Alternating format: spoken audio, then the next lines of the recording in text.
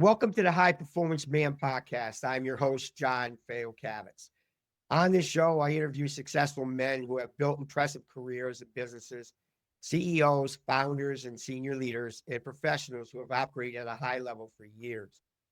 We talk about what actually made them successful. The goal is simple: to learn directly from men who have done it so we can apply those insights into our own careers, businesses, and lives and continue raising our own standard of performance. The show is sponsored by the Prime Performance Method.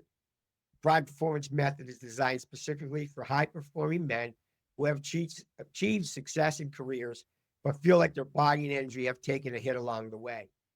I help busy professional men regain strength, lose weight, and feel years younger within 8 weeks, without long workouts, extreme dieting, and disrupting their demanding schedule.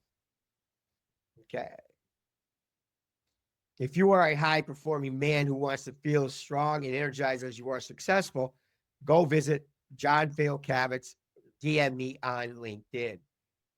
On today's show, we have Joe Mathews, who is the founder and chief strategy officer at Franchise Performance Group, and they provide a strategy and future proofing for his company, I want to thank you, Joe, so much for coming. Yeah. And I want to get to the first question. What is the biggest lesson you've learned so far that has been the biggest contributing factor to your success? Yeah, that's a great question, John. It's hard to isolate it down to one big thing. I think of more of a culmination of a lot of little things, but I would say one of the biggest thing what really took off, I could track it, the results, was specializing. Okay. I'm in franchising, which is, there's 80 different industries, there's 9,000 companies, and it encompasses pretty much every business discipline there is, right?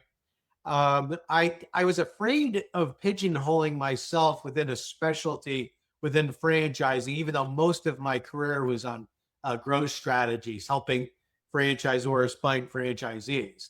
I was an executive. I did have operations experience. I did have marketing experience, franchisor relationship experience.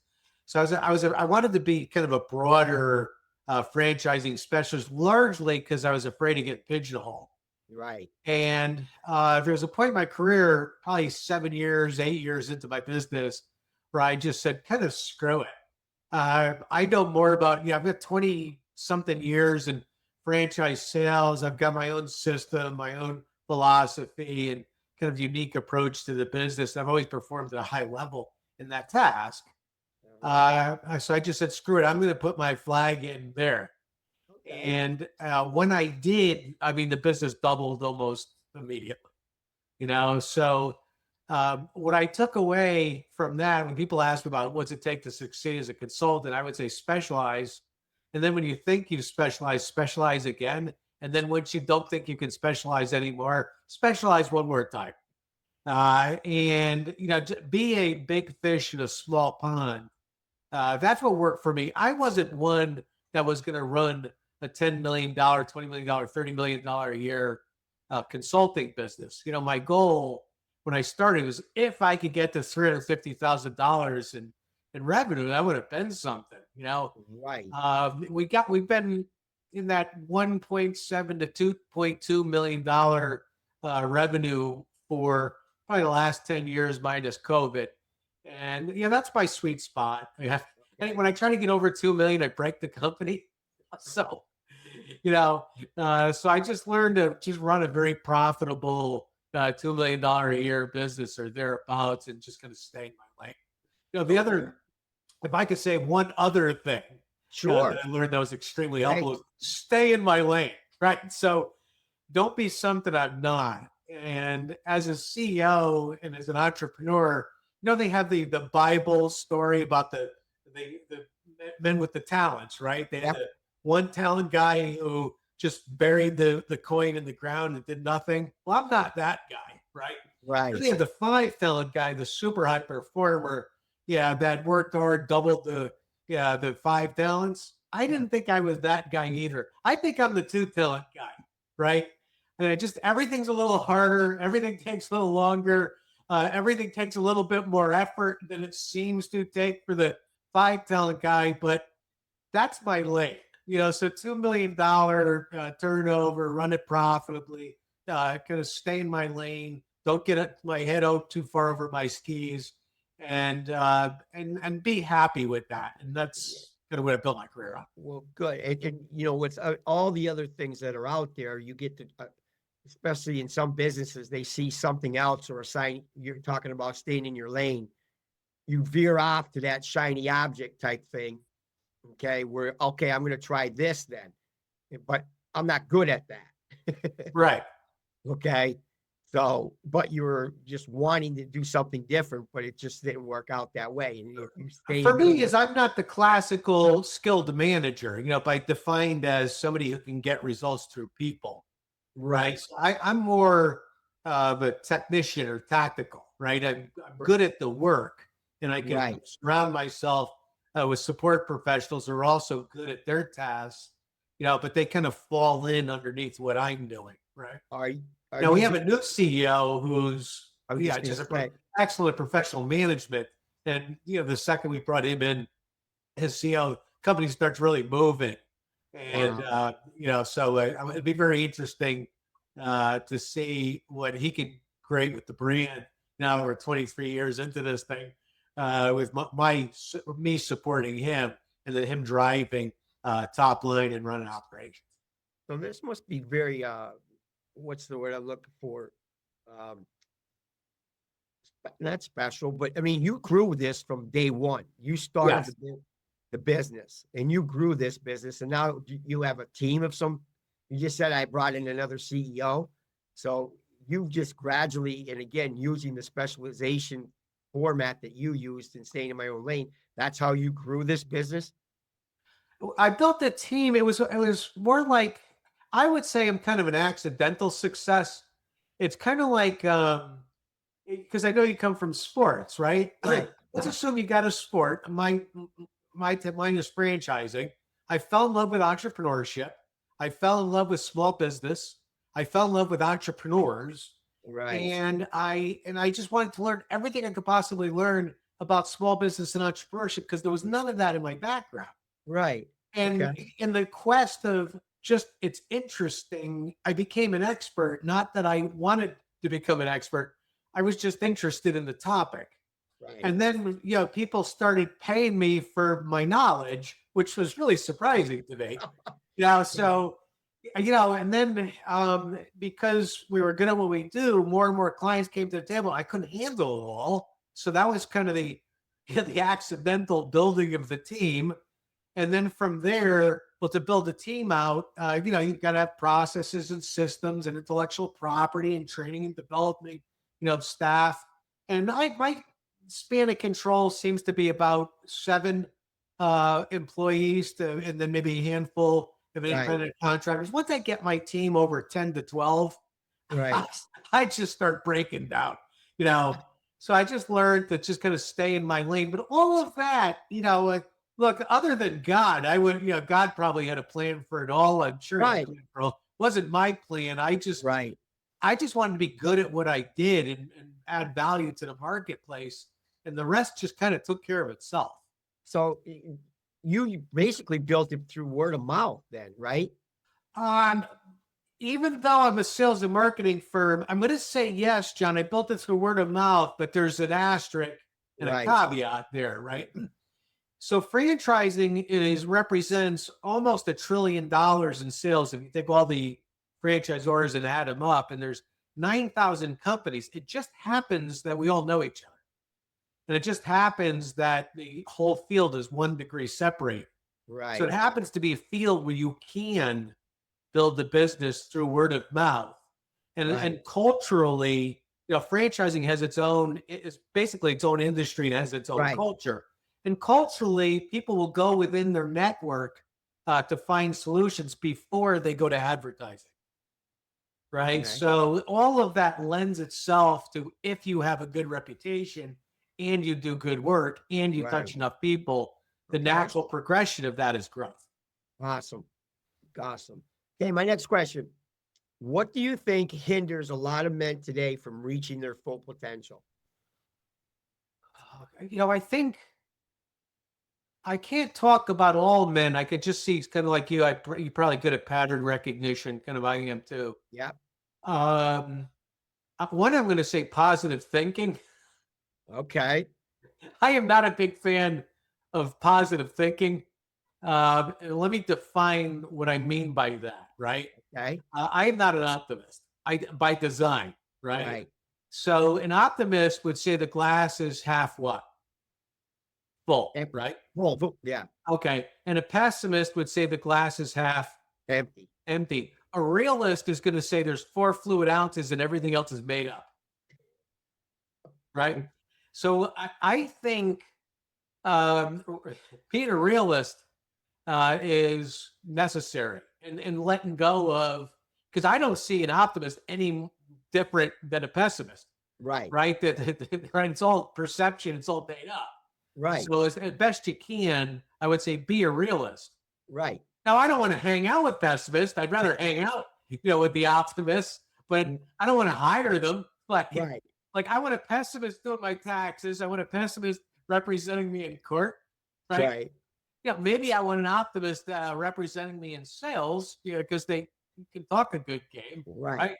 right? But as far as planning and budgeting, don't give me the optimist. You know, give you the pessimist so you can build from there. Yeah. Yeah, an optimist in planning and budgeting is A, somebody who's never been a budget, and B, they Right. confuse stretch goals with attainable goals.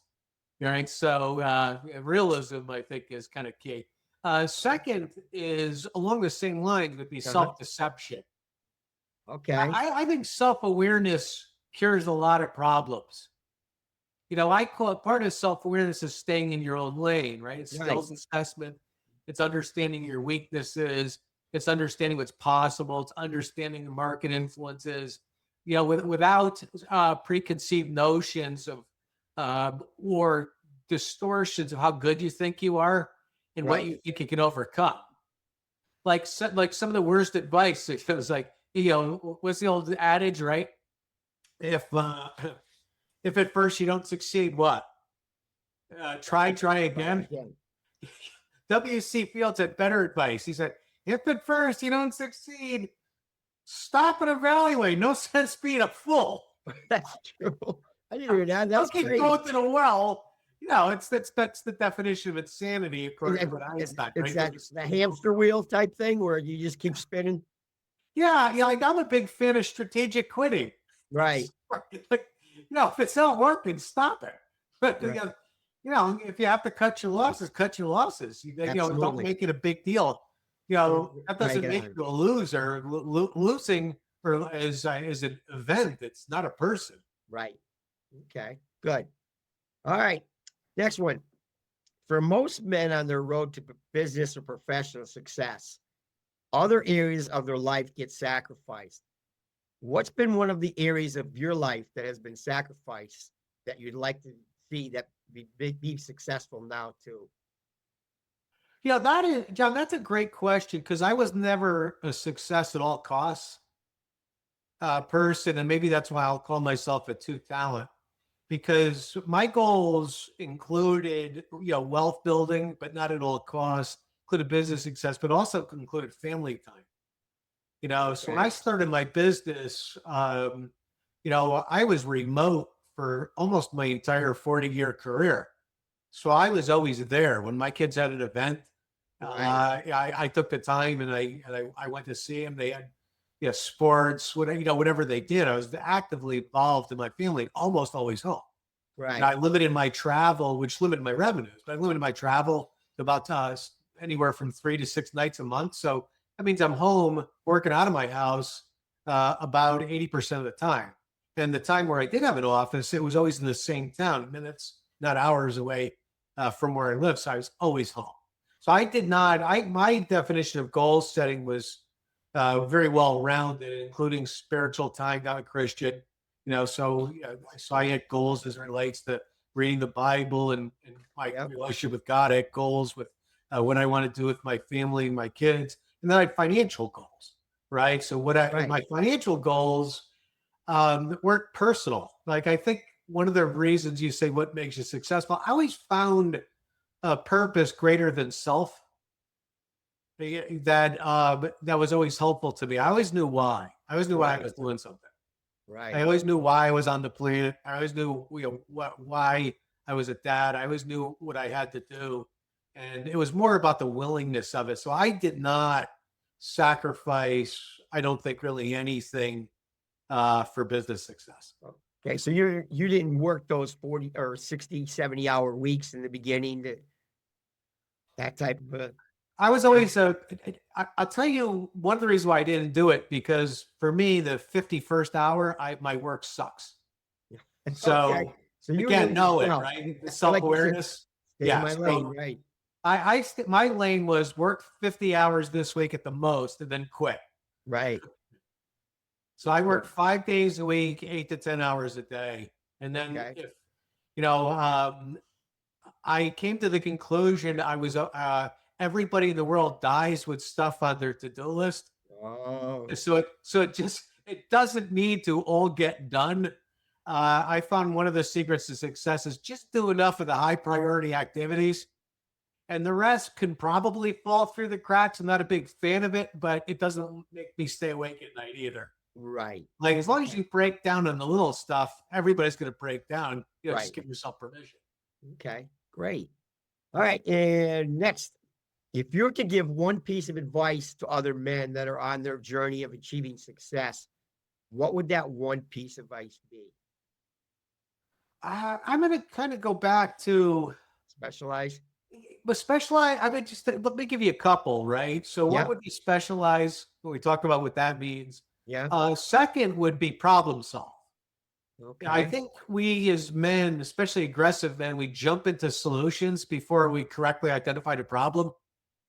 We don't really understand how we identify a problem hands us the solution, right?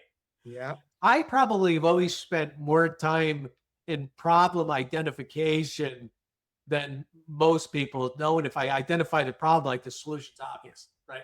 Right. So I don't jump into fix. So that's, I think, was extremely helpful. Okay. Second was, I'm going to say part of the problem identification. When you own a company, uh, when you identify the problem, ask yourself, is this a person problem? Like, in other words, somebody did something wrong. And I think we go to that too fast. Or is this a system problem? Right. Right? Is there some process or system that's not in place that created that mistake? So I always looked at, I was a systems thinker.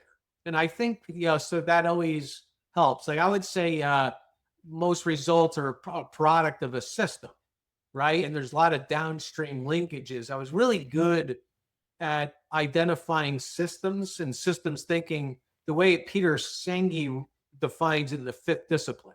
Right. Right? Like in other words, a lot of people will say, "What's your sales process?" Do buyers give a crap about what the sales process is?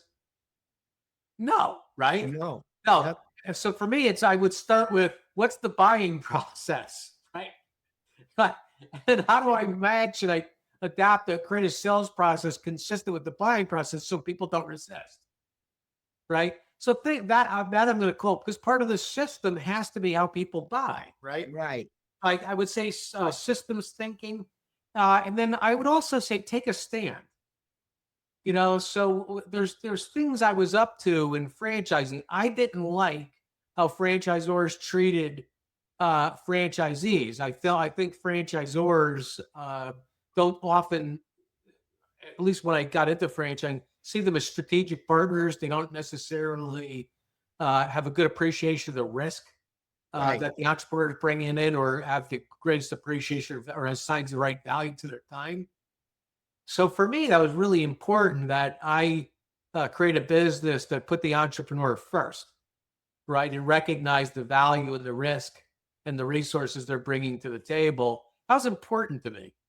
And when you're doing things that are important to you, it doesn't look like work. It looks like a mission, right? And you don't feel like you're falling down or stopped. They're just workarounds and things keep going because the mission is clear. The mission's the mission. right?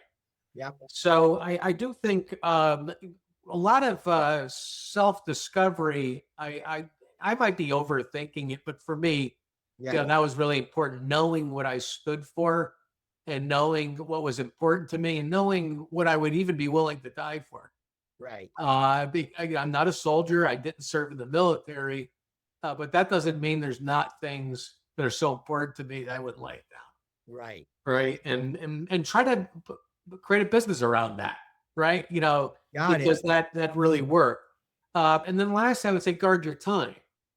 Right. So the one thing um, I understood because I would only put in 50 hours a week, right, is I had to monetize my time. And I knew at what level I had to monetize my time because I had $1 million worth of payroll, right? Right. So I guarded my time wisely, but at the same time, I was generous with my time. Right.